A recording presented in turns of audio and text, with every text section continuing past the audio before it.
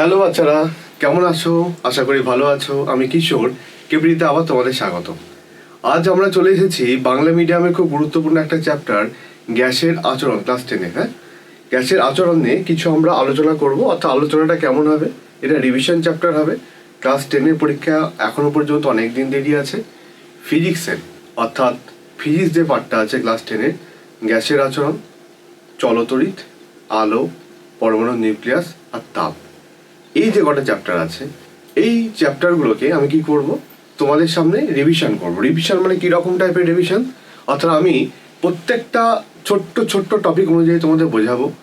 বোঝানোর পর বিগত বছরে কী রকম টাইপের কোশ্চেন এসেছে সেটা আমরা দেখব, এবং সেই কোশ্চেনগুলো সলিউশনের মাধ্যমে কেমনভাবে কি লিখতে হয় তা নিয়ে তোমাদের একটা বিস্তার আকারে প্রত্যেকটা ভিডিওতে তোমরা সেইগুলো বুঝতে পারবে। একটা উপস্থাপনা মাত্র চেষ্টা করছি যাতে তোমাদের ক্লাস 10-এ রেজাল্ট অন্তপক্ষে আমি কিছুটা ভালো করবার জন্য সাহায্য করতে পারি। ঠিক আছে, তো আমরা চলে আসি আজকে গ্যাসের আচরণের প্রাথমিক পর্যায়ে। অর্থাৎ গ্যাসের আচরণের ইনিশিয়ালি অর্থাৎ প্রাথমিকে কি কি পড়বো। আজকে মেন ক্লাসটা মনে রাখবে বয়েলের সূত্রের উপর কেন্দ্র করে। আর তাছাড়া বয়েলের সূত্রের উপর কেন্দ্র করে, আচ্ছা বিষয়টা বুঝে নিই। একটা গ্যাস মোটামুটিভাবে পদার্থের ইঞ্জিনিয়ারলি 3 রকমের স্টেট আছে। একটাকে বলা হয় সলিড, একটাকে বলা হয় ফ্লুইড, আর একটাকে বলা হয় কি প্লাজমা। প্লাজমা নিয়ে তো আমরা আলোচনা করা নেই। সলিড মানে হচ্ছে কঠিন পদার্থ, ফ্লুইড মানে হচ্ছে প্রবাহী। এর ভেতর দুটো ভাগটা ভাগ করা যায়।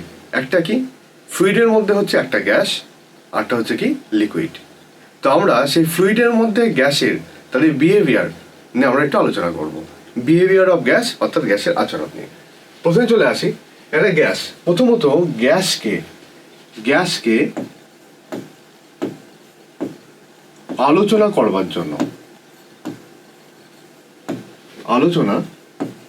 জন্য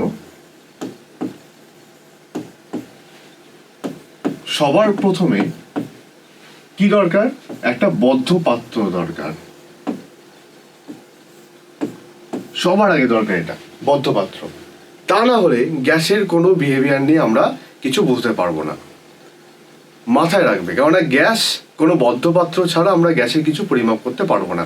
গ্যাস যদি খোলা জায়গায় রেখে দিই, গ্যাস বিভিন্ন জায়গায় ছড়িয়ে যাবে।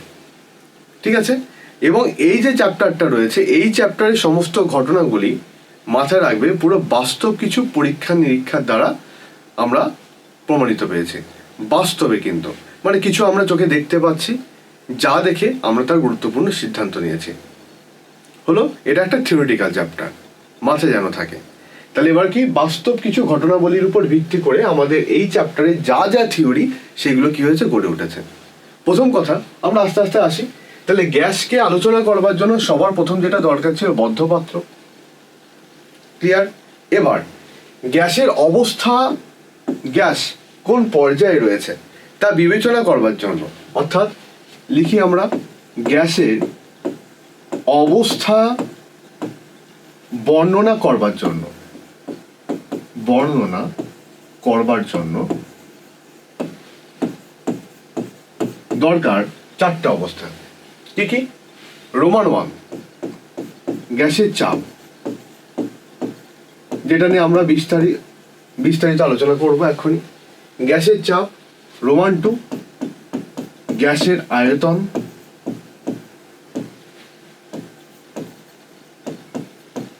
যেটা নিয়েও আমরা আলোচনা করব। রোমান 3 গ্যাসের উষ্ণতা, যেটা খুবই গুরুত্বপূর্ণ। এবং রোমান 4 গ্যাসের ভর অথবা গ্যাসের মোল সংখ্যা। এই চারটে রাশি দিয়ে আমরা কোনো একটা গ্যাস কি পর্যায়ে রয়েছে তা নিয়ে সুন্দরভাবে আমরা আলোচনা করতে পারি। তাহলে গ্যাসের অবস্থা খুব ইম্পর্টেন্ট একটা কোশ্চেন, যে গ্যাসের অবস্থা বর্ণনা করবার জন্য কতগুলো রাশিমালা দরকার? 4টে। কি কি? গ্যাসের চাপ, গ্যাসের আয়তন, গ্যাসের উষ্ণতা, গ্যাসের ভর অথবা গ্যাসের মোল সংখ্যা। তাহলে গ্যাসের চাপ অর্থাৎ প্রেসার, নিয়ে আমরা একটু আলোচনা করব। তাহলে এই পর্যন্ত আশা করি প্রত্যেকে বুঝতে পেরেছ। পরের স্লাইডে যাই আমরা।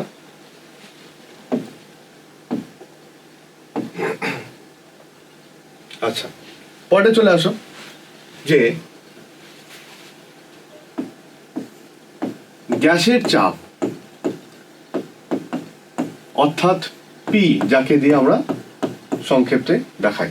গ্যাসের চাপ কাকে বলে সেটা আমরা একটু বুঝে নিই। দেখো, চাপ তোমরা ক্লাস 9-এ পড়েছো, এবার ক্লাস 8-এও পড়েছো। সেই চ্যাপ্টারে কি ছিল? প্রথমে ক্লাস 8-এর ফার্স্ট চ্যাপ্টারই ছিল গ্যাসের চাপ। গ্যাসের চাপ না, চাপ ছিল। চাপ মানে তোমরা কি পড়েছিলে? যে কোনো রাশির চাপ অর্থাৎ প্রেশার বলতে বোঝায় প্রযুক্ত বল এফ বল এবং এ হচ্ছে ক্ষেত্রফল। এবং সেখান থেকে খুব সুন্দর আমরা একটা সংজ্ঞাও বলতাম যে একক ক্ষেত্রফলে প্রযুক্ত বলকে আমরা চাপ বলি। একক ক্ষেত্রফলে প্রযুক্ত বলকে আমরা চাপ বলি। সেটাই গ্যাসের চাপ যখন বলবো তখন কি বলবো? তাহলে একক ক্ষেত্রফলটা কার? আমি প্রথমেই বলেছি গ্যাসকে আলোচনা করবার জন্য একটা বদ্ধ পাত্র দরকার। তাহলে গ্যাস যে বলটা প্রয়োগ করবে, গ্যাস বলতে গ্যাসের অণুগুলি, অর্থাৎ একটা গ্যাস পাত্রের মধ্যে অসংখ্য গ্যাস অণু রয়েছে, সেই গ্যাস অণুগুলি বলটা প্রয়োগ করবে কোথায়? গ্যাস পাত্রের দেওয়ালে। তো সেই গ্যাস পাত্রের দেওয়ালে একক ক্ষেত্রফলে যে বলগুলো তারা প্রয়োগ করবে তাদেরকে আমরা কি বলবো? গ্যাসের চাপ। এবার লিখি একটু বিশেষ কয়েকটা কথা এখানে ইম্পর্টেন্ট, সেগুলো নিয়ে আমরা একটু আলোচনা করব। কি? কোনো বদ্ধ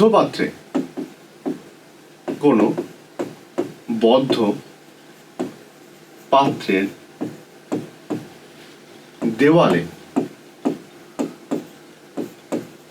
একক ক্ষেত্রফলে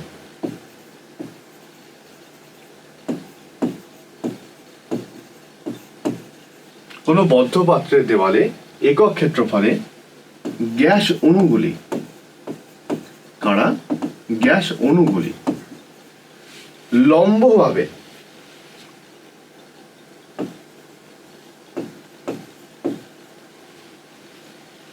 যে বল প্রয়োগ করে তাকেই গ্যাসের চাপ বলা হয়।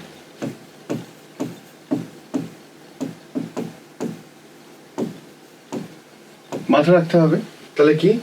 কোনো বদ্ধ পাত্রের দেওয়ালে একক ক্ষেত্রফলে গ্যাস অণুগুলি লম্বভাবে যে বল প্রয়োগ করে তাকে বলা হয় কি? গ্যাসের চাপ। তাহলে এখানে গুরুত্বপূর্ণ কি কি? তাকে একক ক্ষেত্রফল না হলে, দেখো নর্মাল এ যদি 1 হয়ে যায়, এ যদি 1 হয় বা একক হয়, তাহলে এ মানে ক্ষেত্রফল যদি 1 হয়ে যায়, তাহলে অবভিয়াসলি এফ ইকুয়ালস টু কি হবে? প্রেশার, মানে চাপ বলতে পারি আমরা। সেটা তো সংজ্ঞা। একক ক্ষেত্রফলে যে বল প্রযুক্ত হয় তাকেই চাপ বলে। কিন্তু এখানে বিশেষ কি কি আছে?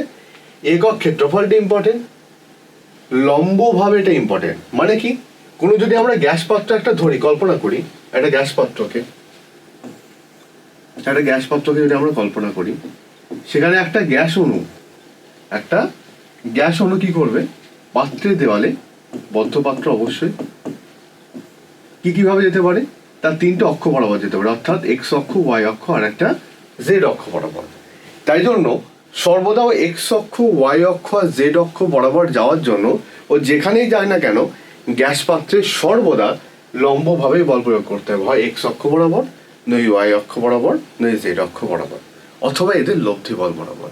তাহলে যে ক্ষেত্রেই যায় না কেন গ্যাস পাত্রের দেওয়ালে ওর যে বলটা হবে সেটা সর্বদা কি হবে? লম্বভাবে বল প্রদান করবে। এটুকুকে মাথায় রাখতে হবে, উপর নিচ অথবা পাশে যে কোনো দিকে। তাই জন্য এখানে খুব গুরুত্বপূর্ণ যে পার্টটা আছে সেটা কি? কোনো বদ্ধ পাত্রের দেওয়ালে একক ক্ষেত্রফলে গ্যাস অণুগুলি লম্বভাবে যে বল প্রয়োগ করে তাকে গ্যাসের চাপ বলে। কখনো কখনো এইটা লিখতে ভুলে যায়, ঠিক আছে? কখনো কখনো এইটা লিখতে মানুষ ভুলে যায়। কি? কোনো বদ্ধ পাত্রের দেওয়ালে, যেমন গ্যাসের চাপ যে বলেছে, চাপ তো সঙ্গে আমরা সবাই জানি, কিন্তু এটা লিখতে ভুলে যায়। কিন্তু গ্যাস আলোচনা করতে গেলে বদ্ধ পাত্রটা অবশ্যই ইম্পর্টেন্ট, না হলে আমরা খোলা জায়গায় আমরা গ্যাস নিয়ে কোনো এক্সপেরিমেন্ট করতেই পারবো না। ঠিক আছে? তাহলে আশা করি এ পর্যন্ত বুঝতে পেরেছি আমরা। তাহলে এই কনসেপ্টের উপরে এবার গ্যাসের চাপের কতগুলো একক হয় সেই এককগুলো নিয়ে আমরা একটু ছোট্ট করে আলোচনা করে নিই। দেখো, গ্যাসের চাপের কি কি একক আছে? গ্যাসের চাপের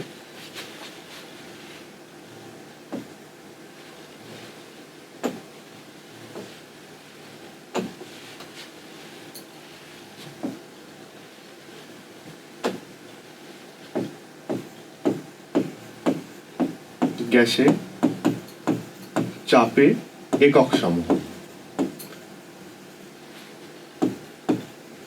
খুব ভালো করে বুঝবে ছোট্ট ছোট্ট পার্টে। সবার আগে দেখো আমরা কি পেয়েছি, P equals to F by N, তাই না? তাহলে সবার আগে আমরা যদি এসআই এককটা নিয়ে আলোচনা করি, এসআই একক। এসআই একক কি হবে? উপরে বলের একক এসআই, নিচে ক্ষেত্রফলের একক এসআই, বলের একক নিউটন আর ক্ষেত্রফলের একক এসআই থেকে নিউটন পার মিটার স্কয়ার। তাহলে উপরে বলের একক নিউটন, নিচে ক্ষেত্রফলের একক মিটার স্কয়ার, তাহলে ওভারঅল হলো নিউটন পার মিটার স্কয়ার। একে এক কথায় বলা হয় কি, পাস্কেল, পিএ। তাহলে আমরা এটাই বলতে পারি, তাহলে এসআই একক কি হবে? নিউটন পার মিটার স্কয়ার, যাকে এক কথায় কি বলবো, পাস্কেল, পিএ। 2 নম্বরে কি, সিজিএস একক, সিজিএস, সেন্টিমিটার গ্রাম সেকেন্ড। আচ্ছা, এই এককে বলের সিজিএস একক কি, ডাইন, আর ক্ষেত্রফলের একক সেমি স্কয়ার, তাহলে ডাইন পার সেমি স্কয়ার। এছাড়াও কিছু ব্যবহারিক একক আছে। কি কি ব্যবহারিক একক একটু বুঝে নিই আমরা।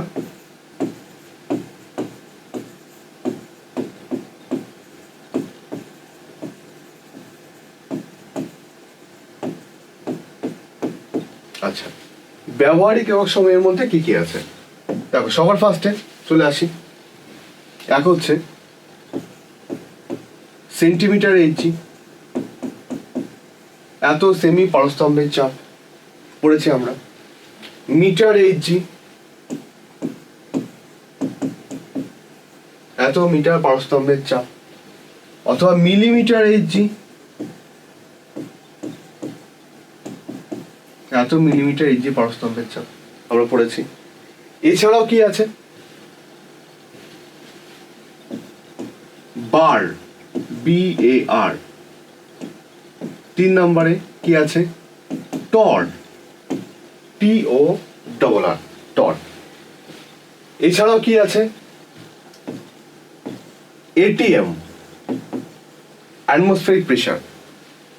তাহলে এই যে এইগুলো হচ্ছে কি ব্যবহারিক এককে আন্ডার। এবার কিছু আমরা রিলেশন পড়ে নিই এদের মধ্যে, ঠিক আছে? কি কি রিলেশন আছে বোঝো। সম্পর্ক, বিভিন্ন এককের মধ্যে সম্পর্ক। দেখো 1 ATM যদি বলা হয়, 1 ATM মানে কত, 76 সেমি পারস্তম্ভের চাপ, 76 সেন্টিমিটার পারস্তম্ভের চাপ। এই ব্যবহারিক এককে যদি আমরা এসআই তে কনভার্ট করে দিই, তাহলে আসবে কত, 76 ইন্টু 13.6 ইন্টু কত, 980। কোথার থেকে এলো স্যার? ছোটবেলায় অর্থাৎ ক্লাস 9-এ পড়েছিলাম, পি ইকুয়ালস টু কত, এইচ বি জি, মনে আছে? P equals two H D G. H মানে ছিল উচ্চতা, ডি ছিল কি ঘনত্ব, আর জি ছিল কি অভিকর্ষজ ত্বরণ। তাই জন্য কি আমাকে বলেছে যে 76 সেমি পারস্তম্ভের চাপ মানে কি, 76 সেন্টিমিটার পারদ যে পরিমাণ চাপ দেয় তা হচ্ছে 1 ATM বায়ুমণ্ডলের সঙ্গে সমান। তাহলে এটা হলো কি 76, উচ্চতা বলেই দিয়েছে আমাকে, সেন্টিমিটার এককে পারদের ঘনত্ব 13.6 গ্রাম পার সেমি কিউব, আর চাপ মানে অভিকর্ষজ ত্বরণের মান আমরা সবাই জানি 980 সেন্টিমিটার পার সেকেন্ড স্কয়ার। যদি এই কটা আমরা যদি ভ্যালু বের করতে চাই, ভ্যালু বের করলে কত হবে, 1.013 ইন্টু 10⁶ ডাইন পার সেমি স্কয়ার।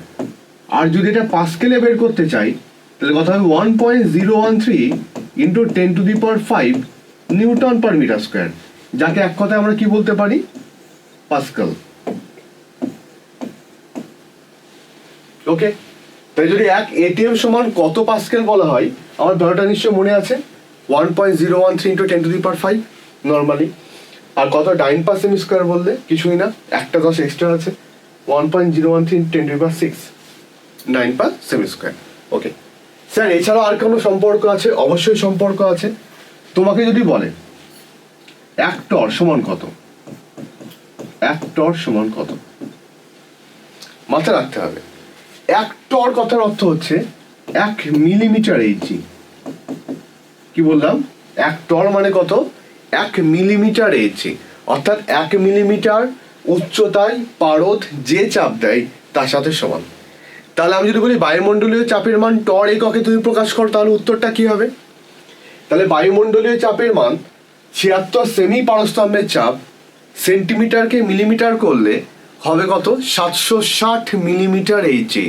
তাহলে আমি বলতে পারি বায়ুমণ্ডলীয় চাপ 1 atm, বায়ুমণ্ডলীয় চাপ 1 atm equals to 760 millimetre Hg, মানে 760 টর। ইজি ব্যাপার। তো আশা করি ক্লিয়ার হয়েছে কনসেপ্টটা। তাহলে 1 টর সমান কত আমরা বুঝতে পেরেছি। 1 টর মানে 1 মিলিমিটার এইচজি। তাহলে 1 atm অর্থাৎ বায়ুমণ্ডলীয় চাপের মান কত? 760 মিলিমিটার এইচজি। তাহলে সেটা টর এককে প্রকাশ করলে কত হবে? 760 টর। কনসেপ্টটা ক্লিয়ার কিনা বলো? আশা করি সবার মাথায় মোটামুটি সব ঢুকেছে। ঠিক, তাহলে আমরা প্রথমে পড়েছি কি? গ্যাসের অবস্থান নির্ণায়ক কিছু রাশিসমূহ, তারপরে পড়লাম গ্যাসের চাপ কাকে বলে, তারপরে কি বললাম? গ্যাসের চাপের বিভিন্ন একক সমূহ। ঠিক কিনা বলো? ওকে, তাহলে আশা করি সবাই বুঝতে পেরেছো, নোট করে নেবে আশা করছি। ঠিক আছে, ওকে, পরটায় চলে যাই আমরা। আর লিখবে যখন পজ করে লিখে নেবে নর্মালি। আচ্ছা, এরপরে যে জায়গাটা আছে দেখো, গ্যাসের মোলার আয়তন মানে কি? আমরা পরেও পড়বো জিনিসটাকে। সবার আগে ক্লাস 9-এ আমরা মোল সংক্রান্ত আলোচনা করে নিয়েছি। তো মোলার আয়তন কাকে বলে? 1 মোল কোনো গ্যাস, 1 মোল কোনো গ্যাস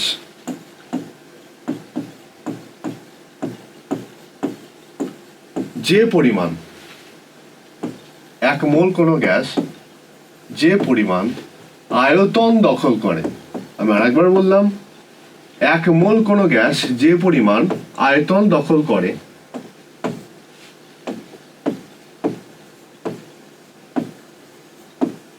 কোথায়? গ্যাস পাত্রের মধ্যে। গ্যাস পাত্রে, তাকেই গ্যাসের মোলার আয়তন বলে।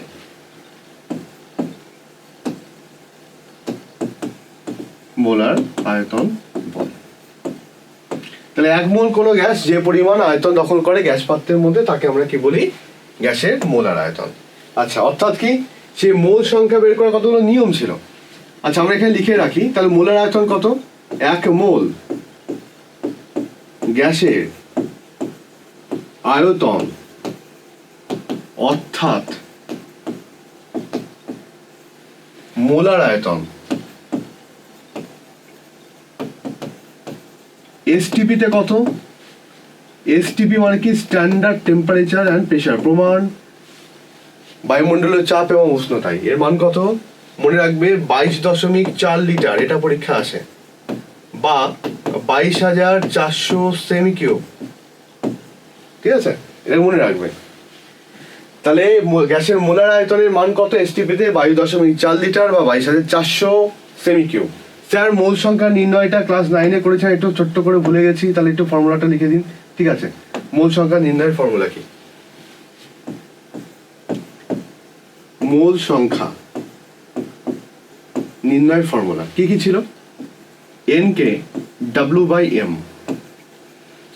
W কি ছিল? প্রদত্ত গ্যাসের ভর, গ্যাসের যে পরিমাণ ভর বলবে তা। আর এমটা কি ছিল? গ্যাসের আণবিক ভর, গ্যাসের আণবিক ভর। যেমন আমাকে বললো এক্সাম্পলে 14 গ্রাম, কি বললো? 14 গ্রাম নাইট্রোজেনের মোল সংখ্যা কত? এক্সাম্পল 14 গ্রাম ইনটু এর মোল সংখ্যা কত?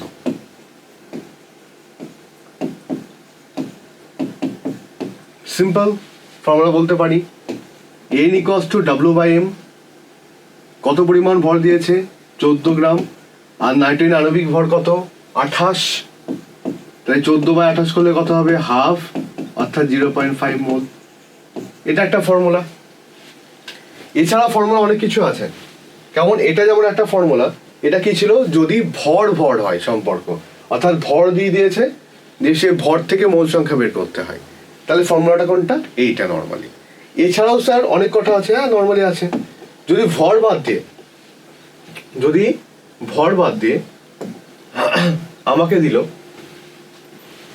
আয়তন দিয়ে, তাহলে আয়তন সম্পর্কে মোল সংখ্যা কিভাবে বের করবো? আয়তন সম্পর্কে মোল সংখ্যার ফর্মুলা কি? তাই সেক্ষেত্রে মোল সংখ্যা বের করার ফর্মুলা কি? মাথা রাখবে, যে আয়তন দিয়ে দেবে তাকে 22.4, আচ্ছা লিটার এককে, হ্যাঁ ভিটাও কিন্তু লিটার এককে যদি করা হয়। যদি বলে 44.8 লিটার গ্যাসের মোলের আয়তন কত, মোলের আয়তন না, গ্যাসের আয়তন কত, তাহলে ভি কে বলবো কত? 44.8, নিচে কত? 22.4, গুণ করবো, ভাগ করবো, চলে আসবে কত? 2, তাই না? তাহলে ঠিক এরকম টাইপের। তাহলে ভি লিটার এককে থাকবে, 22.4 লিটারে থাকবে। লিখে দিই এক্সাম্পল হিসাবে,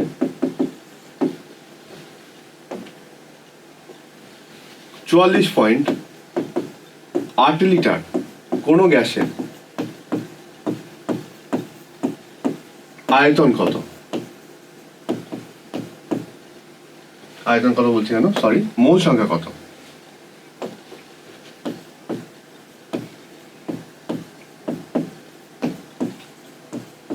সিম্পল বিষয়।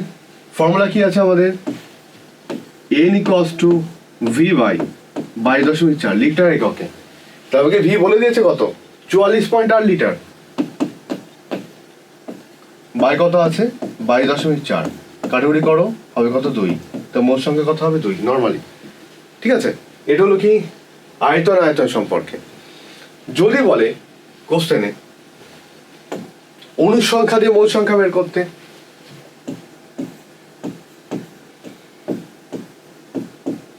অনুসংখ্যা দ্বারা মোল সংখ্যা নির্ণয়,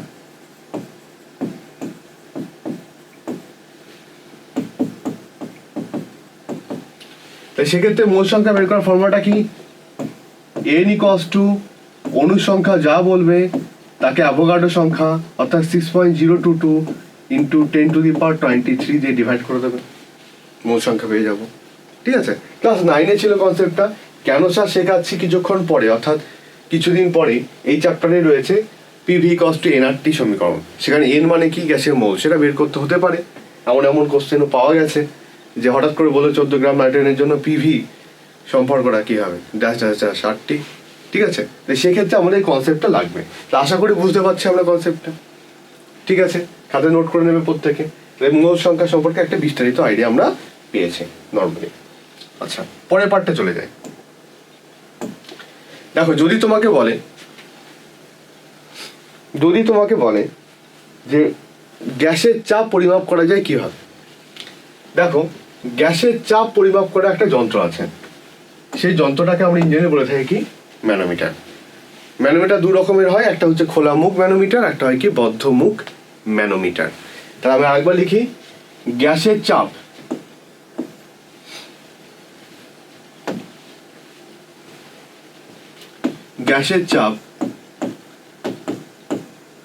পরিমাপক যন্ত্রের নাম। গ্যাসের চাপ পরিমাপক যন্ত্রের নাম কি? ম্যানোমিটার। মাথা রাখবে, ম্যানোমিটার।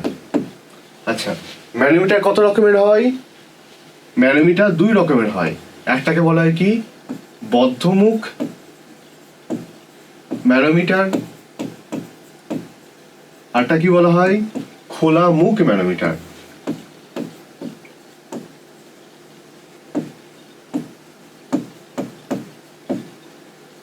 মাথা হলো বিষয়টা।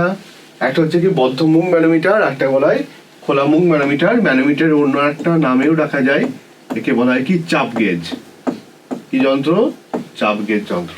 তাহলে গ্যাসের চাপ পরিমাপক যন্ত্রের নাম কি? ম্যানোমিটার, ভুল যেন না হয়। আর বায়ুমণ্ডলীয় চাপ পরিমাপক যন্ত্রের নাম কি? দুটো আলাদা কিন্তু, সেপারেট। বায়ুমণ্ডলীয় চাপ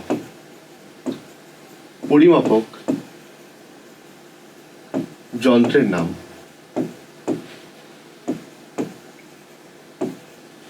একে বলা হয় কি? ব্যারোমিটার। কি বলে? ব্যারোমিটার।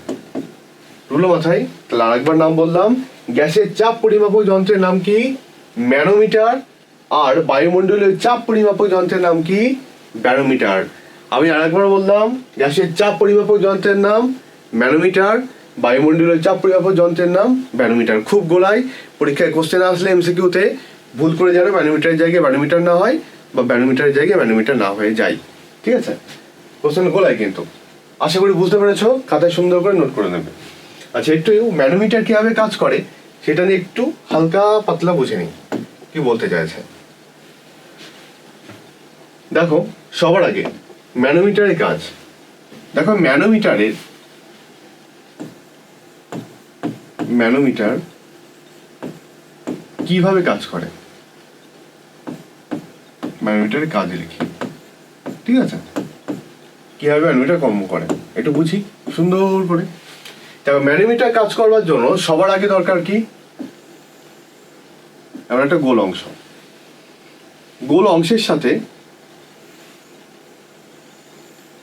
একটা ইউ আকৃতির টিউব যুক্ত থাকে।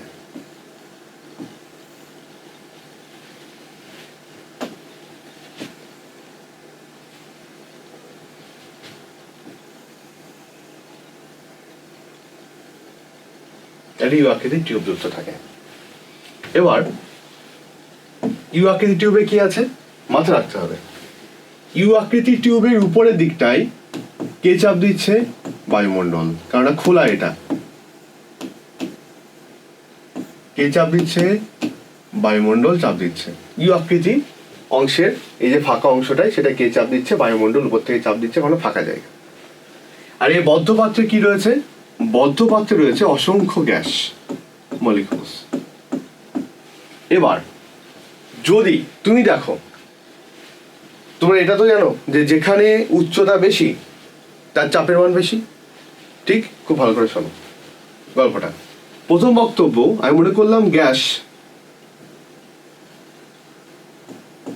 মলিকুল সেখানে এসে এসে এসে এসে এসে এসে ঠিক একই হাইটে, মানে এই যে হাইটটা রয়েছে সেই হাইটটা কি আছে? সেম। এই হাইটে কি করলো? গ্যাস মলিকুল এসে দাঁড়িয়ে গেছে সবগুলো। এর মধ্যে দিয়ে যে টিউব দিয়ে ফাঁকা জায়গা দিয়ে অসংখ্য গ্যাস মলিকুল এসে দাঁড়িয়ে গেছে। তাহলে সেক্ষেত্রে কি হবে?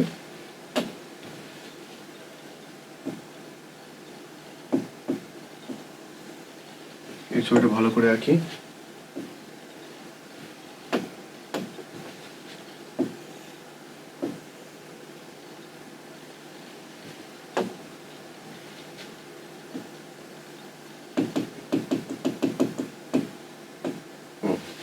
দুজনের কি আছে? তাহলে সেম উচ্চতায় রয়েছে, দুজনে সেম উচ্চতায় রয়েছে। তাহলে এই পাত্রেও যে উচ্চতায় রয়েছে, এই পাত্র গ্যাস সেই উচ্চতায় রয়েছে। তাহলে সেম যদি উচ্চতায় থাকে তাহলে বলতে পারি এই দিক থেকে বায়ুমণ্ডল যে প্রেশারটা দিচ্ছে এর প্রেশারের সাথে সমান।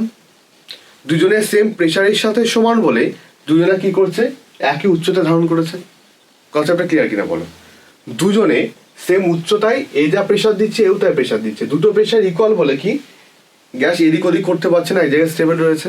তাহলে আমি এই মুহূর্তে বলতে পারি গ্যাসের চাপ যদি পি হয়, কি বললাম? গ্যাসের চাপ যদি পি হয় আর বায়ুমণ্ডলীয় চাপ যদি P0 হয়, তাহলে এই মুহূর্তে পি ইকুয়ালসটা বলতে পারি P0। এই কেসে একই হাইটে রয়েছে দুজনে। কিন্তু যদি কনসেপ্টে এমন হয়,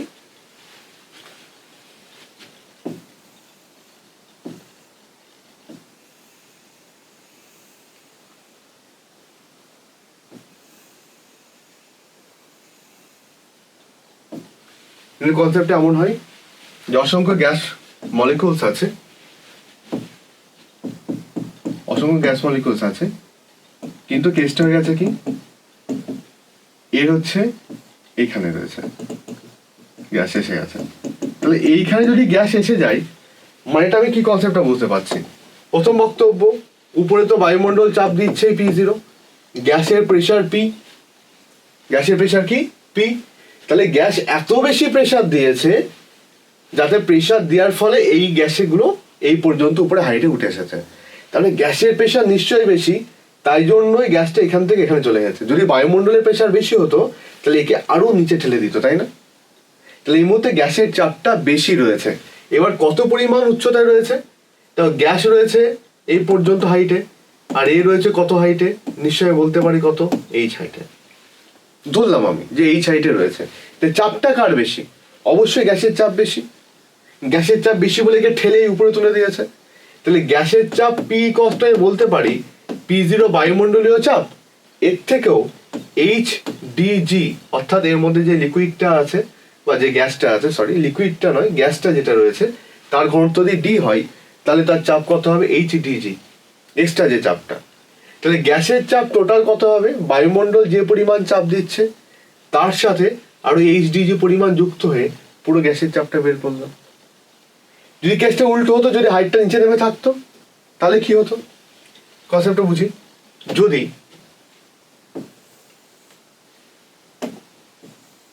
কিডনি হয়ে যাচ্ছে,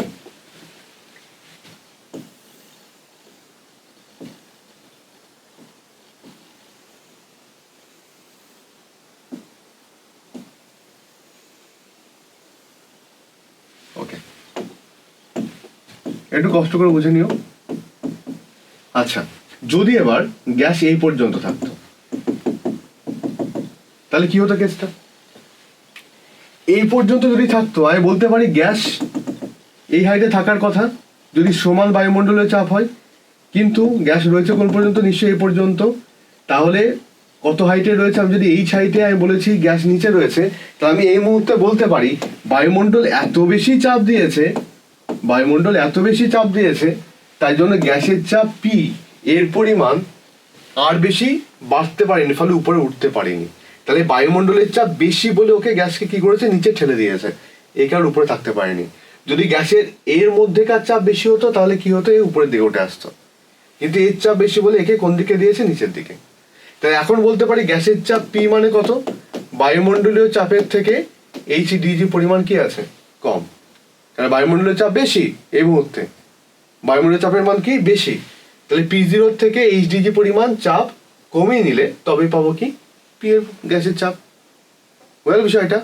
তাহলে এইটা হচ্ছে ম্যানোমিটার এইভাবে কাজ করে। আমরা তখনই এইভাবে বুঝতে পারি যে কোনো গ্যাসের চাপ বায়ুমণ্ডলের চাপের থেকে বেশি না কম, সব এই টোটাল কনসেপ্টের উপরেই ডিপেন্ড করে থাকে।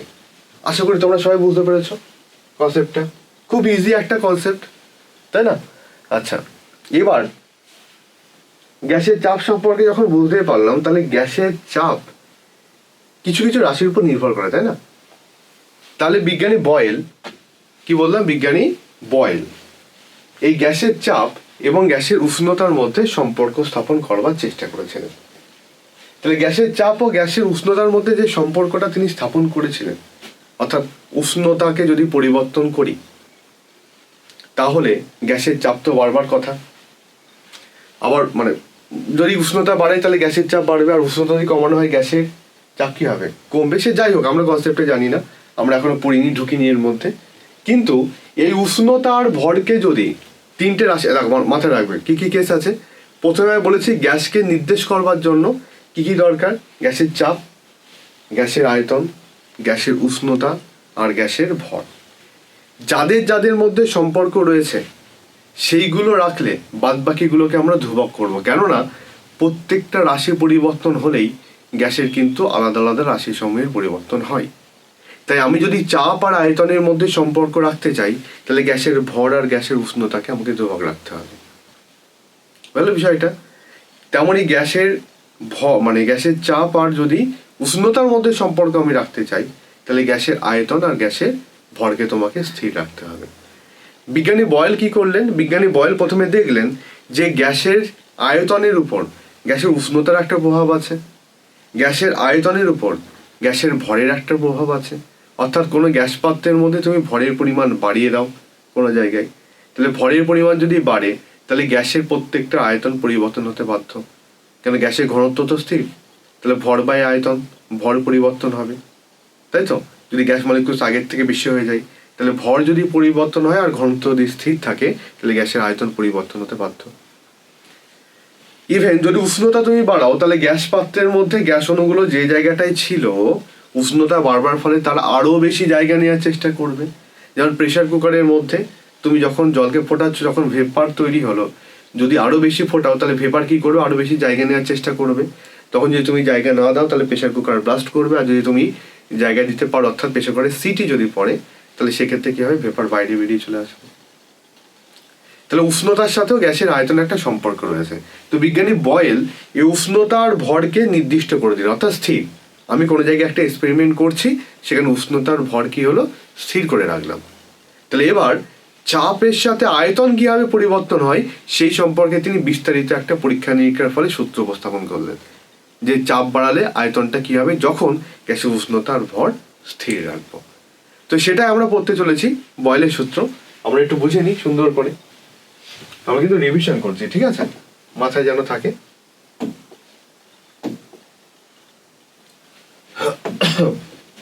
কি বলছে শোনো ভালো করে।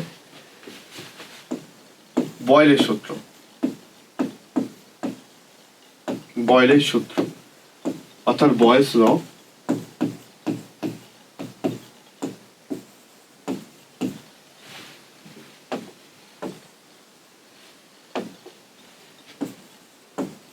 খুব ভালো করে শুনবে। তাহলে বয়েল কার কার মধ্যে সম্পর্ক স্থাপন করেছে, চাপের সাথে আয়তন। তাহলে কাদের কাছে স্থির রাখবে, চাপ আর আয়তনের সম্পর্ক হলে বাদ বাকি দুটো রাশি স্থির। তাই সেটা বলছে কোনো গ্যাসের কোনো নির্দিষ্ট পরিমাণ গ্যাসের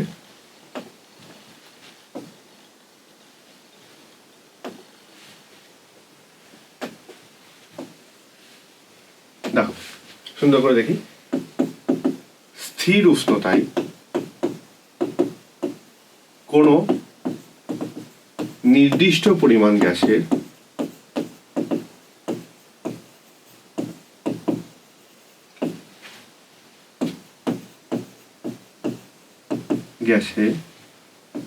চাপ, গ্যাসের আয়তন, একই বিষয়, উল্টো ব্যস্ত সম্পর্ক, গ্যাসের আয়তন ওই গ্যাসের চাপের সাথে ব্যস্তানুপাতে পরিবর্তিত হয়। চাপের সাথে ব্যস্তানুপাতে পরিবর্তিত হয়। তাহলে কি বললাম, স্থির উষ্ণতায় কোনো নির্দিষ্ট পরিমাণ গ্যাসের আয়তন ওই গ্যাসের চাপের সাথে ব্যস্তানুপাতে পরিবর্তিত হয়। কে বলেছেন, বিজ্ঞানী বয়েল বলেছেন। তার মানে কি, গ্যাসের উষ্ণতা বাড়লে গ্যাসের আয়তন বাড়ে, গ্যাসের পরিমাণ যদি বাড়ানো হয় তাহলে গ্যাসের আয়তন বাড়ে। আর যদি বলা হয় না শুধু চাপের সাথে আয়তনে কি পরিবর্তন, তাহলে চাপ বাড়ালে আয়তন কমবে আর চাপ কমালে আয়তন বাড়বে। বয়েল এটাই বলেছেন। তাহলে এখানে স্থির কি কি আছে বয়েলের সূত্রে, একটা হচ্ছে কি স্থির উষ্ণতা, আর একটা কি নির্দিষ্ট পরিমাণ গ্যাসের। নির্দিষ্ট পরিমাণ গ্যাসের মানে কি, গ্যাসের ভর স্থির। তাহলে বয়েলের সূত্রে তোমার কোশ্চেন আসতেই পারে যে ধ্রুবক রাশিগুলো কি কি। বয়েলের সূত্রে ধ্রুবক রাশিগুলো কি কি, অর্থাৎ যেটা পরিবর্তন হবে না কখনো, সেটা হচ্ছে কি উষ্ণতা, আর একটা কি গ্যাসের ভর। এবং এই দুটো স্থির রাখার জন্য গ্যাসের আয়তন ওই গ্যাসের চাপের সাথে কেমনভাবে পরিবর্তন হয়, ব্যস্তানুপাতে পরিবর্তন হয়। তাহলে আমরা সেখানে লিখি, তাহলে ভি সমানুপাতিক পি, তাহলে ভি সমানুপাতিক 1/p।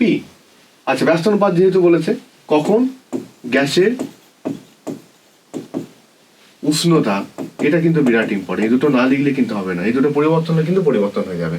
গ্যাসের উষ্ণতা কমা ভর স্থির। তাহলে তাহলে ভি ইকুয়াল করলে একটা নিশ্চয় ধ্রুবক পদ আসবে। তাহলে পিভি কষ্ট কি বলতে পারি, কনস্ট্যান্ট অর অর, মাথায় রাখতে হবে, এটা বয়েলের সূত্র। তাহলে কে কে আমরা কি বলবো, কে হচ্ছে ধ্রুবক পদ বা সমানুপাতিক ধ্রুবক। বুঝাল বিষয়টা কি, কনসেপ্টটা।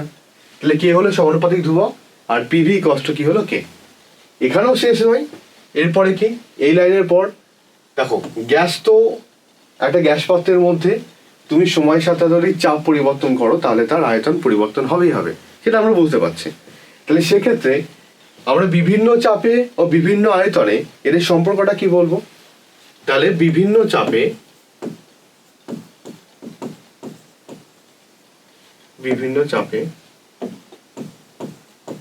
এবং আয়তনে সম্পর্কটি হলো,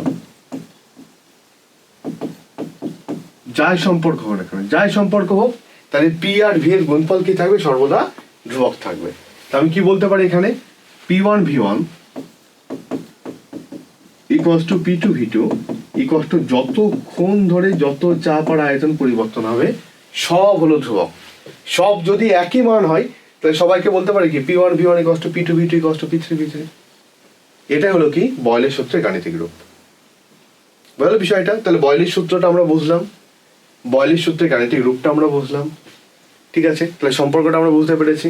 যত অঙ্ক আছে, যত অঙ্ক বয়লের সূত্র সব এই সম্পর্ক থেকে হবে, অর্থাৎ P1 V1 equals to P2 V2। তাহলে বয়লের সূত্রের অঙ্কগুলো কখন স্যার অ্যাপ্লাই হয় বুঝবো কি করে? যখন কোনো অঙ্কে গ্যাসের উষ্ণতা নির্দিষ্ট বলবে, যখন কোনো অঙ্কে গ্যাসের উষ্ণতা নির্দিষ্ট বলবে। আর ইনজেনারেলি গ্যাসের ভর নির্দিষ্ট ধরেই নেওয়া হয় অঙ্কগুলোর ক্ষেত্রে। যদি গ্যাসের উষ্ণতা নির্দিষ্ট বলে কোনো অঙ্কে এবং চাপ আর আয়তন ঘটিত সম্পর্ক দিয়েছে, তাহলে সেখানে বয়লের সূত্র অ্যাপ্লাই হবে। আশা করি বুঝতে পেরেছো তোমরা, ঠিক আছে? তাহলে এই যে এতক্ষণ পর্যন্ত আমরা যে কনসেপ্টগুলো পড়ছি, বয়লের সূত্র পড়লাম, এই বয়লের সূত্রের উপরে দুটো থিওরিটিক্যাল কোশ্চেন হয়।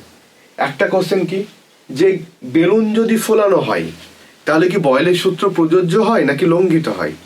তাহলে বেলুন যদি ফোলানো হয়, খুব ভালো করে বোঝো, বেলুনকে আমরা ফোলাচ্ছি ক্রমাগত। তাহলে বেলুন যখন ক্রমাগত ফোলানো হচ্ছে তাহলে বেলুনের মধ্যে গ্যাসের ভর ক্রমাগত বৃদ্ধি পাচ্ছে। কিন্তু বয়লের সূত্র যদি অ্যাপ্লাই করতে হতো বা অ্যাপ্লাই করতে হয় তাহলে গ্যাসের ভরটা নির্দিষ্ট রাখার প্রয়োজন ছিল, কিন্তু বেলুনের ক্রমাগত ভর ঢুকছে, তাই বয়লের সূত্র ওখানে নিশ্চয়ই প্রযোজ্য হবে না। ইভেন শুধু তাই নয়, বেলুনে আর একটা সম্পর্ক আছে, দুটো সম্পর্ক লিখবে। বেলুনের ক্রমাগত যখন বেলুনকে ফোলানো হচ্ছে, তাহলে বেলুন যখন সাইজে বড় হচ্ছে তাও তত কিন্তু বেলুনের মধ্যে চাপের পরিমাণও বাড়ছে। নাহলে একটা বিশাল অনেকটা বড় বেলুন ফোলানোর পর ফেটে যেত না। তাহলে বেলুনের মধ্যে চাপ বাড়লে আয়তন কিন্তু বাড়ছে, চাপও বাড়ছে আয়তনও বাড়ছে, তাই না? তাহলে বয়লের সূত্রে ছিল চাপ বাড়লে আয়তন কমে, ব্যস্ত সম্পর্ক, কিন্তু বেলুনের মধ্যে কিন্তু দুটোই সরল সম্পর্ক আমরা দেখতে পাচ্ছি।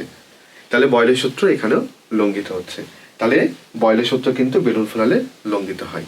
তার কারণ দুটো ব্যাখ্যা করে দেবে আমি যেটা বললাম। কি আছে এরপর আরেকটা কনসেপ্ট হচ্ছে, তুমি মাথায় রাখবে যে গভীর তলদেশ থেকে কোনো বুদবুদ যদি, গভীর জলের তলদেশ, হ্যাঁ, ওখান থেকে যদি কোনো বুদবুদ জলের উপরে উঠে আসে তাহলে বুদবুদের আয়তন বাড়ে, অর্থাৎ সাইজ বাড়ে কিভাবে? তো নর্মাল কেস, যদি গভীর জলতলে থাকে, একদম জলতলের নিচে থাকে, তাহলে জলের চাপ আর বায়ুমণ্ডলের চাপ দুটো একসাথে পড়ছে। অর্থাৎ আমি যদি কোনো জলের তলদেশ ভাবি, তাহলে জলের তলদেশ যদি ভাবা হয় তাহলে সেক্ষেত্রে কনসেপ্টটা কি? নর্মাল কেস ভাবো, ধরো এরকম একটা জায়গা আছে, এর মধ্যে জল আছে, তাহলে এখানে ধরো একটা বুদবুদ আছে, তাহলে এর উপরে কি হচ্ছে? বায়ুমণ্ডল তো চাপ দিচ্ছেই, তার সাথে এই যে এইচ উচ্চতার বা এইচ গভীরতার যে জল আছে ওরও চাপ পড়ছে, ফলে চাপের পরিমাণ বেশি, বুদবুদের সাইজ ছোট। যখন উপরে উঠে এলো, একদম উপরে এখানে, তখন কি হলো?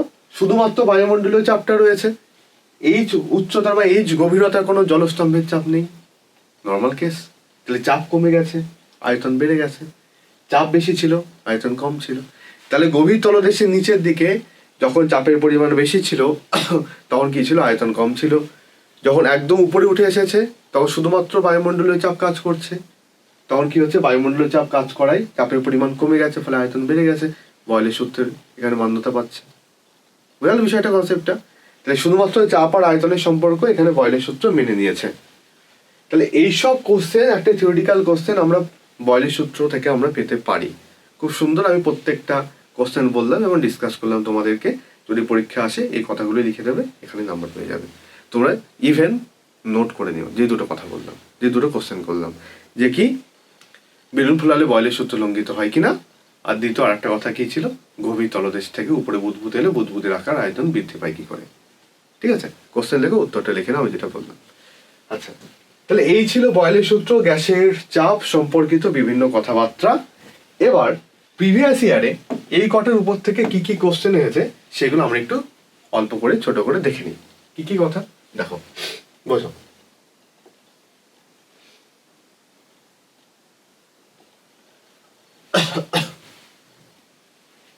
বিভিন্ন সালে কি কি কোশ্চেন এসেছে আমরা সুন্দর করে এখান থেকে বুঝে নিতে পারবো নর্মালি। আচ্ছা,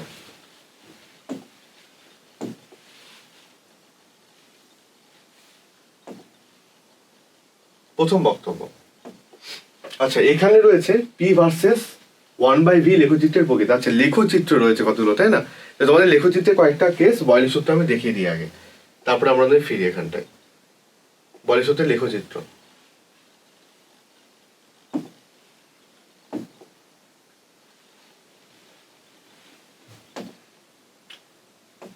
দেখো। লেখচিত্র কি আছে?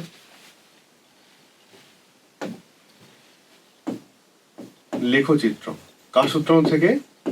বয়েলের সূত্র থেকে। হ্যাঁ, কার থেকে? বয়েলের সূত্র থেকে। খুব ভালো করে বুঝবে, ঠান্ডা মাথায় বুঝবে কেসটা কি। দেখো, প্রথমে বললো পি ভার্সেস ভি লেখচিত্র অঙ্কন করো। আমার গ্রাফের ভিডিও দেওয়া আছে, দেখবা এই কেপিটি চ্যানেলেই, ওখান থেকে তুমি দেখে নিতে পারো কোন গ্রাফের কি কি রকম প্রকৃতি বা কেমন প্রকৃতি হয়। আমরা তাও ফর্মুলা বলে বলে দেখবো। পি ভার্সেস ভি দেখো, বয়েলের সূত্রানুসারে কি ছিল? পিভি ইকুয়াল টু কে ছিল। পি ভার্সেস ভি মানে কি? পি কে তুমি ওয়াই অক্ষ বরাবর নাও, পি কে তুমি এক্স অক্ষ বরাবর নাও। তাহলে পি হচ্ছে ওয়াই অক্ষ, ভি হচ্ছে এক্স অক্ষ। এক্স ওয়াই ইকুয়াল টু তার মানে কি হচ্ছে? ধ্রুবক। আর এক্স ওয়াই ইকুয়াল টু যদি ধ্রুবক হয় তাহলে মাথায় রাখতে হবে সেই গ্রাফটা দেখতে কেমন হয়? আয়তকার সহপরাবৃত্ত। এবার গ্রাফ বলে হেডিং করা আছে এই চ্যানেলেই, তোমরা একটু দেখলে দেখে নিতে পারো। তাহলে আয়তকার কি হবে? সহপরাবৃত্ত এমন হবে। তোমাকে বললো পি ভার্সেস 1/v লেখচিত্র কেমন হবে বয়েলের সূত্র অনুসারে। তাহলে বয়েলের সূত্রে কি ছিল? পিভি কষ্ট কি ছিল? কনস্ট্যান্ট। তাহলে পি কষ্ট কি হলো? 1/v ইন্টু কে।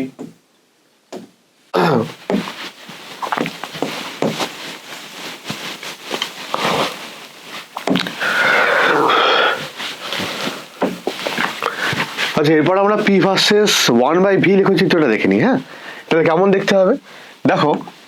পি ভার্সেস 1/v তার মানে কি? পিটা কোন অক্ষ বরাবর রয়েছে? ওয়াই অক্ষ। 1/vটা কোন অক্ষ বরাবর রয়েছে? এক্স অক্ষ। বয়েলের সূত্র অনুসারে কি ছিল? PV equals to constant. তাহলে P equals to 1/v into K বলতে পারি। তাহলে এটাকে যদি সাজায়, পিটা কোন অক্ষ বরাবর রয়েছে? ওয়াই অক্ষ। 1/vটা কোনটা? এক্স। আর কেটাকে তুমি অন্য কোনো ধ্রুবক এম ধরতে পারো। এটা অনেকটা ওয়াই কস টু এম এক্স এর মতো দেখতে, তাই না? তো ওয়াই কস টু এম এক্স এর লেখচিত্র কেমন দেখতে হয়? মূল বিন্দুগামী সরলরেখা। তাহলে পি ভার্সেস 1/v লেখচিত্রের প্রকৃতি কেমন হবে? মূল বিন্দুগামী সরলরেখা। আচ্ছা, এরপরে দেখে নাও। তোমাকে যদি বলে পিভি ভার্সেস ভি লেখচিত্র, তোমাকে যদি বলে পিভি ভার্সেস ভি লেখচিত্র, তাহলে তুমি বলতে পারো পিভিটা কোন অক্ষ বরাবর রয়েছে? ওয়াই অক্ষ। ভিটা কোন অক্ষ বরাবর রয়েছে? এক্স অক্ষ। তাহলে বয়েলের সূত্র অনুসারে কি আছে? PV equals to constant. তাহলে পিভি কোন অক্ষ? ওয়াই। তাহলে ওয়াই ইকুয়ালস টু কনস্ট্যান্ট। লেখচিত্র কেমন দেখতে হয়? তাই এটা পিভি, এটা হচ্ছে ভি, তাই ওয়াই কনস্ট্যান্ট। তাই কেমন দেখতে হবে? আমার এক্স অক্ষের সমান্তরাল সরলরেখা। শুধু পিভি ভার্সেস ভি না, পিভি ভার্সেস যদি পিও যায় গল্পটা একই হবে। এক্স অক্ষের সমান্তরাল লেখচিত্র। আচ্ছা, তোমাকে যদি বলে log P versus log V, log P versus log V লেখচিত্র কেমন দেখতে হবে? তাহলে তোমরা সবাই জানো পিভি কষ্ট কনস্ট্যান্ট, উভয় পক্ষে লগ নিয়ে নাও। তাহলে কি হবে এখানে? Log P plus log V equals to log K. তাহলে log P equals to minus log V plus log K. তাহলে লগ পি কোন অক্ষ? ওয়াই অক্ষ। লগ ভি কোন অক্ষ? এক্স অক্ষ। তাহলে কেমন দেখতে লাগছে? Y equals to minus X plus log K কে আমরা সি বলছি কনস্ট্যান্ট। তো কনস্ট্যান্টের উপর লগ বসাও, যা বসাও সবই কি হবে? কনস্ট্যান্টই হবে। তাহলে ওয়াই মানে log P versus log V লেখচিত্র কেমন হবে? নেগেটিভ। ঠিক আছে, সরেখায় কিন্তু ডিক্রিজিং। তাহলে এমন কতগুলো গ্রাফ আমরা এইভাবে কিন্তু দেখতেই পারি, যে গ্রাফগুলো আঁকাটা কিভাবে সম্ভব আমরা একটু শিখেছি। এর উপরে বেস করে আমরা চলে যাই কি পরের পার্টে, অর্থাৎ বিভিন্ন যে প্রিভিয়াস ইয়ার কোশ্চেনগুলো এবার এসেছে সেগুলো সম্পর্কে একটু দেখে নিই কেমন টাইপের।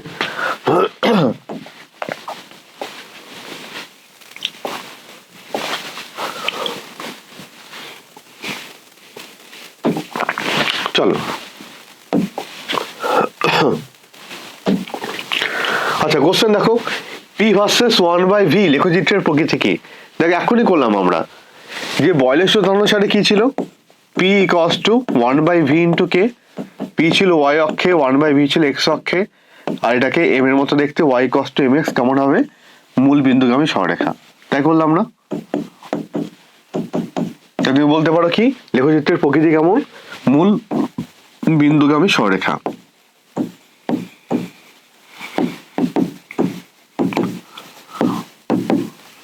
ঠিক আছে, আচ্ছা পরে চলে আসো। তোমাকে দিয়েছে যে -3 ডিগ্রি সেন্টিগ্রেড তাপমাত্রায় নির্দিষ্ট পরিমাণ একটি গ্যাসের আয়তন 750 সেমি কিউব। হ্যাঁ, এটা কিউব হবে। আচ্ছা, গ্যাসটিকে স্থির চাপে উত্তপ্ত করা হলো, এবার যতক্ষণ না পর্যন্ত এর আয়তন 1 লিটার হয়, তাহলে চূড়ান্ত উষ্ণতা কত হবে? তো একটু বুঝে নিই আমরা আস্তে আস্তে কি কি বলেছে বিষয়গুলো।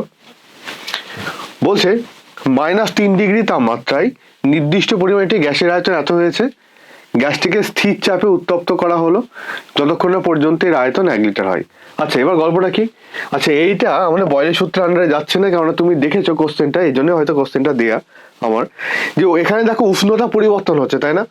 -3 ডিগ্রি সেন্টিগ্রেড তাপমাত্রা বলা আছে, এবার বলছে যতক্ষণ না পর্যন্ত এর আয়তন 1 লিটার হয় ততক্ষণ একে গরম করা হচ্ছে, তাহলে চূড়ান্ত উষ্ণতা কত? তাহলে এই কোশ্চেনে উষ্ণতা ভ্যারি করছে, তাহলে উষ্ণতা ভ্যারি করলে নিশ্চয়ই বয়লের সূত্র এখানে প্রযোজ্য হবে না। তাহলে আমরা শুধুমাত্র আজ বয়লের সূত্র নিয়ে আলোচনা করছি, তাহলে সেক্ষেত্রে আমরা এই অঙ্কটা করতে এখানে এই মুহূর্তে পারবো না। এটা আমরা করব চাষের সূত্রে বি সমানুপাতিক ক্যাপিটাল টি দিয়ে, তো করব তখন। তাহলে এমন কোশ্চেন যদি থাকে তাহলে এটা তো বয়লের সূত্রে অ্যাপ্লাই হবে না, তুমি বুঝেই যাচ্ছ, কারণ এখানে উষ্ণতা পরিবর্তনশীল। ক্লিয়ার? পরের কোশ্চেনটা চলো। আচ্ছা, এটা 2024 কোশ্চেনটা এসেছিল। হ্যাঁ, আমরা সলিউশন করবো চাষের সূত্র পড়বার পরে। আচ্ছা, এখানে দেখি কি কেসটা আছে। বলছে 17 ডিগ্রি সেন্টিগ্রেড উষ্ণতায় ও 750 mmHg চাপে নির্দিষ্ট ভরের একটি গ্যাস 580 সেমি কিউব আয়তন অধিকার করে। ওই চাপে 47 ডিগ্রি সেন্টিগ্রেড উষ্ণতায় গ্যাসটি কত আয়তন অধিকার করবে? তুমি আবার লক্ষ্য করো, এখানে উষ্ণতা ভ্যারি করছে, তাই না? 17 ছিল 47 হয়েছে, উষ্ণতা ভ্যারি করছে, বয়লের সূত্র অ্যাপ্লাই হবেই না। ঠিক আছে, কোশ্চেন চিনতে শিখতে হবে আমাদেরকে। তাহলে এখানে এই কোশ্চেনটা বয়লের সূত্র হবে না। কবে এসেছিল? 2023 মাধ্যমিক এসেছিল, এই চ্যাপ্টার থেকে এসেছে।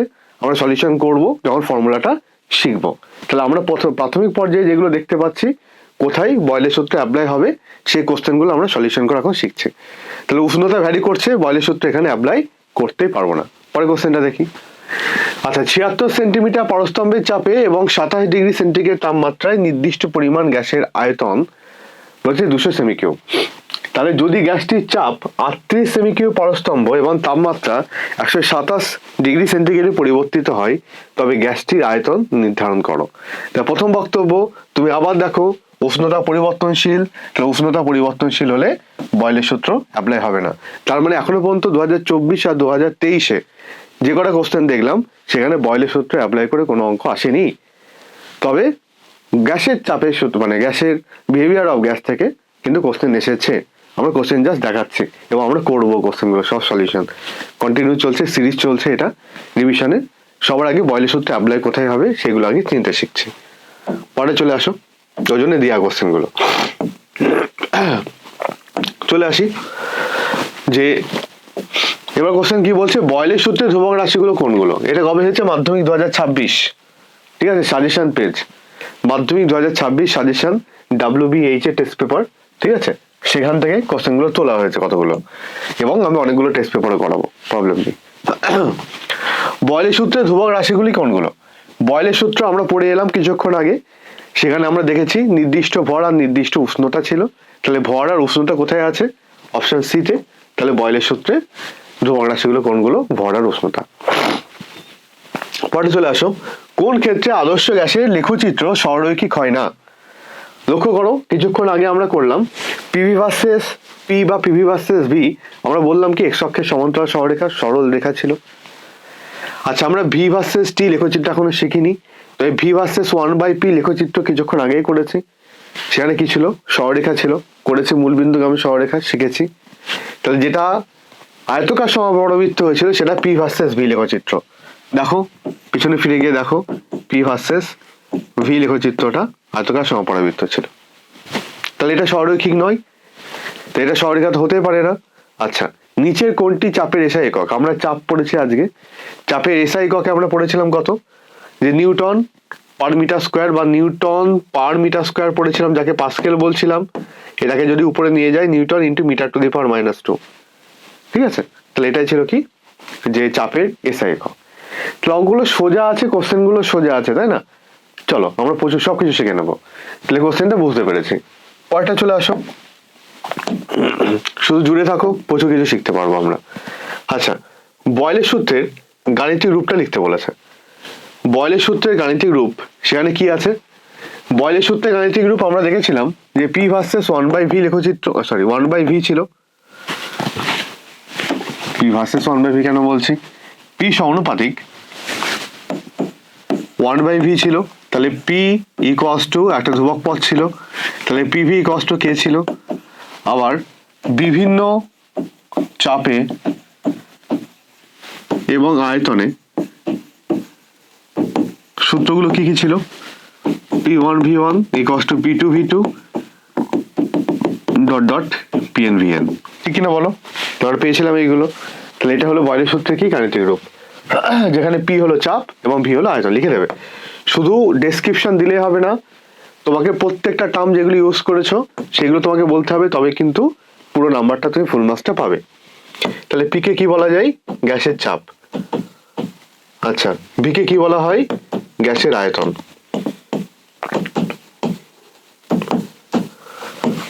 ঠিক আছে। আচ্ছা, এবার চলে আসি পি ভার্সেস 1/v লেখচিত্রের প্রকৃতি কি। দেখো, পি ভার্সেস 1/v লেখচিত্রের প্রকৃতি আমরা কিছুক্ষণ আগে শিখে গেছি। পি ইকুয়ালস টু 1/v কে, তাহলে পিটা ছিল ওয়াই অক্ষ বরাবর, 1/vটা ছিল এক্স অক্ষ বরাবর। এটাকে আমরা এম এর সাথে কম্পেয়ার করেছি, ওয়াই ইকুয়ালস টু mx ছিল কেমন? মূলবিন্দুগামী সরলরেখা। আচ্ছা, যারা তোমাদের বয়স্ক আছে, মানে তোমাদের থেকে বয়োজ্যেষ্ঠ, যারা আপার প্রাইমারি দেবে, তাদের জন্য আমি ভিডিও বানাবো শুধু ফিজিক্সের উপরে, ফিজিক্সটা পড়াবো, ঠিক আছে? সবাইকে জানিয়ে দিও অবশ্যই। আচ্ছা, পি ভার্সেস 1/v লেখচিত্রের প্রকৃতি কেমন হলো? মূলবিন্দুগামী সরলরেখা। ক্লিয়ার কনসেপ্টটা? ওকে, পরটা চলো। বলছে কোশ্চেনটা কি বলছে, এসটিপিতে আদর্শ গ্যাসের মোলার আয়তনের মান কত হয়? দেখো, আমরা পড়লাম একদম আজকে প্রথমেই পড়েছি, এসটিপিতে মোলার আয়তন অর্থাৎ 1 মোলের আয়তন কত ছিল? মোলার আয়তন ছিল 22.4 লিটার এসটিপিতে, তাই না? আমরা পড়েছি, আজকেই পড়েছি। আচ্ছা, গ্যাসের আয়তনের উপর চাপের প্রভাব কি? গ্যাসের আয়তনের উপর চাপের প্রভাব বয়লের সূত্র থেকে তুমি বলতে পারো কি ছিল? উষ্ণতা এবং গ্যাসের ভর নির্দিষ্ট থাকলে গ্যাসের আয়তন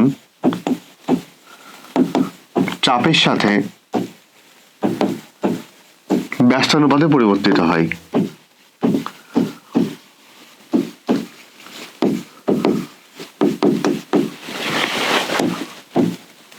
অর্থাৎ পি সমানুপাতিক 1/v তাহলে পি কে বাই ভি, এখানে কে সমানুপাতিক ধ্রুবক লিখতে হবে, পুরো প্রপার লিখতে হবে, সমানুপাতিক ধ্রুবক, তাহলে পিভি ইকুয়ালস টু কে। ঠিক আছে, পুরোটা লিখতে হবে। আচ্ছা, বলছি এসটিপিতে নির্দিষ্ট ভরে কোনো গ্যাসের আয়তন 52 মিটার কিউব হলে অপরিবর্তিত উষ্ণতায় 104 সেমি এইচজি চাপে গ্যাসটির আয়তন কত? দেখো কোশ্চেন আমরা দেখার সাথে সাথে বুঝে গেছি, অপরিবর্তিত উষ্ণতা তার মানে উষ্ণতা পরিবর্তন হচ্ছে না, তাহলে উষ্ণতা স্থির, গ্যাসের ভর স্থির, তাহলে অবভিয়াসলি কার সূত্র প্রযোজ্য হবে? উষ্ণতার ভর স্থির থাকে, বয়লের সূত্র, তার মানে বয়লের সূত্র এখানে অ্যাপ্লাই হবে। তো দেখি চলি অঙ্কটা করি। এসটিপিতে গ্যাসের চাপ কত? তাহলে প্রাথমিক চাপ কত আছে? P1। প্রাথমিক চাপ কত আছে? আমরা সবাই জানি এসটিপিতে 76 সেমি এইচজি। স্যার এটা নিলাম কেন? কারণ এটা সেমি এইচজি এককে রয়েছে, তাহলে আমাকে এটা সেমি এইচজি নিতে হবে। আচ্ছা, কোন গ্যাসের আয়তন 52 মিটার কিউব এবং প্রাথমিক আয়তন কত বলে দিয়েছে? V1 52 metre cube. আচ্ছা, অন্তিম চাপ কত বলেছে? অন্তিম চাপ P2 104 সেমি এইচজি। ওকে, তাহলে গ্যাসটির আয়তন কত হবে? অন্তিম আয়তন V2 ইকুয়াল টু কত বলা আছে? কোশ্চেন মার্ক, আমি জানি না, অর্থাৎ আমি এক্স ধরে নিলাম। একক কি হবে? মিটার কিউব, কারণ এটাও 52 মিটার কিউব, ওখানেও মিটার কিউবে রয়েছে। ঠিক আছে, তাহলে বয়লের সূত্র অ্যাপ্লাই করো। তাহলে বয়লের সূত্র অনুসারে প্রথমে বলেছিলাম দেখবা P1 V1 equals to P2 V2 formula দিয়ে হবে। তাহলে P1 V1 equals to P2 V2। P1 কত? 76, V1 কত? 52, P2 কত? 104, আর এটা কত? X। তার মানে X এর ভ্যালু কত? 76 ইন্টু 52 বাই কত হচ্ছে? 104। কত হয়? গুণ করে দেখো, 76, 52, 104, 76, 52 বাই 104 আসছে কত? 38। তাহলে অ্যান্সার কত হচ্ছে? এক্স মিটার কিউব ছিল অন্তিম আয়তন, উত্তর হবে কত? 38 মিটার কিউব। এক্স এর ভ্যালু পেয়ে গেছি। তাহলে আমরা উত্তরটা কি লিখবো? তাহলে গ্যাসটির আয়তন কত হবে? গ্যাসের আয়তন হবে, এইভাবে লিখে দেবো, হ্যাঁ, উত্তর গ্যাসের আয়তন হবে 38 মিটার কিউব। ঠিক আছে, খুব ইম্পর্টেন্ট কোশ্চেন, ভালো কোশ্চেন। ইম্পর্টেন্ট বলতে এরকম টাইপের কোশ্চেন আসে দেখানো, তাহলে আমরা বুঝতে পারছি কোশ্চেন সমূহ, তাই তো? ভেরি গুড, চলো কন্টিনিউ। আচ্ছা,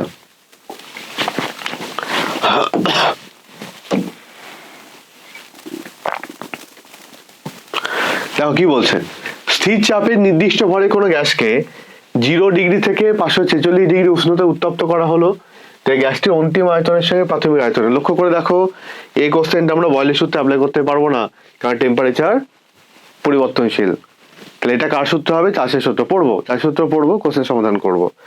আচ্ছা, তারপরটা 770 mm এইচজি চাপে 27 ডিগ্রি সেন্টিগ্রেড উষ্ণতায় কোনো নির্দিষ্ট ভরের হাইড্রোজেন গ্যাস এত সেমিকিউব আয়তন দখল করে, তাহলে ওই উষ্ণতায় 750 মিলিমিটার এইচজি চাপে ওই ভরের হাইড্রোজেন গ্যাস কত আয়তন অধিকার করবে? কোশ্চেনটা দেখো, লক্ষ্য করো ভালো করে। বলছে 27 ডিগ্রি সেন্টিগ্রেড উষ্ণতা আছে। আচ্ছা, ওই উষ্ণতায়, মানে উষ্ণতা কি আছে? নির্দিষ্ট, আমরা কিছু আবার কি নির্দিষ্ট ভর বলে দিয়েছে, তাহলে ভর আর উষ্ণতা কোথায় ধ্রুবক থাকে? বয়লের সূত্র, আমার ক্লিয়ার কনসেপ্ট। তাহলে বয়লের সূত্র ডিরেক্ট অ্যাপ্লাই করো। তাহলে কি কি বলেছে এখানে? P1 প্রাথমিক চাপ লিখবে, প্রাথমিক চাপ P1 770 mmHg।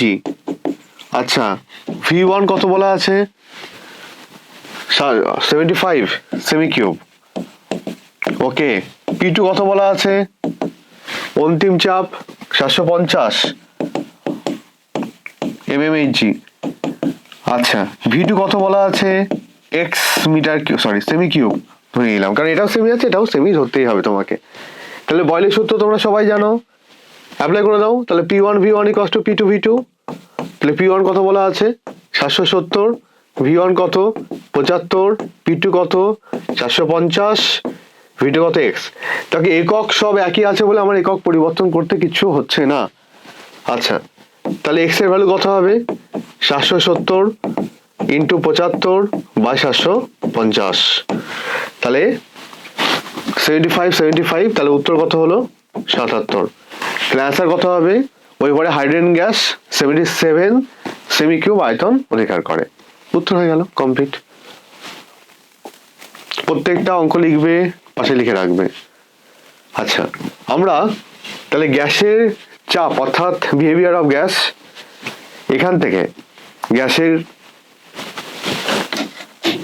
আচরণ, এই যে চ্যাপ্টারটা থেকে আমরা অনেক থিওরি শিখলাম, অনেক থিওরি বলতে প্রাথমিক বয়লের সূত্র শিখলাম, গ্যাসের চাপ শিখলাম, তার সম্পর্কে কি কি বিগত বছরে কোশ্চেন এসেছে তা দেখলাম, গ্রাফ শিখেছি আমরা, এবং তারপরে বাদবাকি টোটাল অঙ্ক বয়লের সূত্রে কেমন হয়েছে সেগুলোও দেখেছি। এবার আমার বক্তব্য, প্রত্যেক দিন ভালো করে শুনবে এবং ক্লাসগুলো মিস করবে না। আলটিমেট রিভিশন ক্লাস চলছে এখানে, এ তো WBH একটা দেখাচ্ছি, এরপরে আরো নতুন নতুন টেস্ট পেপার আমি সলিউশন দেখাবো, কিন্তু শুধু ফিজিক্স সুন্দর করে শিখবার জন্য। যদি একদম লাস্টের দিকে যারা রয়েছে ফিজিক্সের চ্যাপ্টারগুলো মাথায় ঢোকেনি অনেক ক্ষেত্রে, সুন্দর করে এটুকুনি বিষয় রাখো বা মাথায় রাখো, সবকিছু ক্লিয়ার হয়ে যাবে। ঠিক আছে, ওকে। আমরা ছোট্ট ছোট্ট করে প্রত্যেকটা চ্যাপ্টারকে হিউজ ডিসকাস করব, যাতে কোনো কোশ্চেনই বাইরে বেরোতে না পারে। আর যা বলবো তাই লিখবে, খাতায় লিখে নেবে, কোশ্চেন সম্পর্কে আইডিয়া চলে আসবে, প্রত্যেকটা আমরা করব। ঠিক আছে, থ্যাংক ইউ। তো আজকের মতো ক্লাস এখানে শেষ। সবাই ভালো থেকো, সুস্থ থেকো, নমস্কার।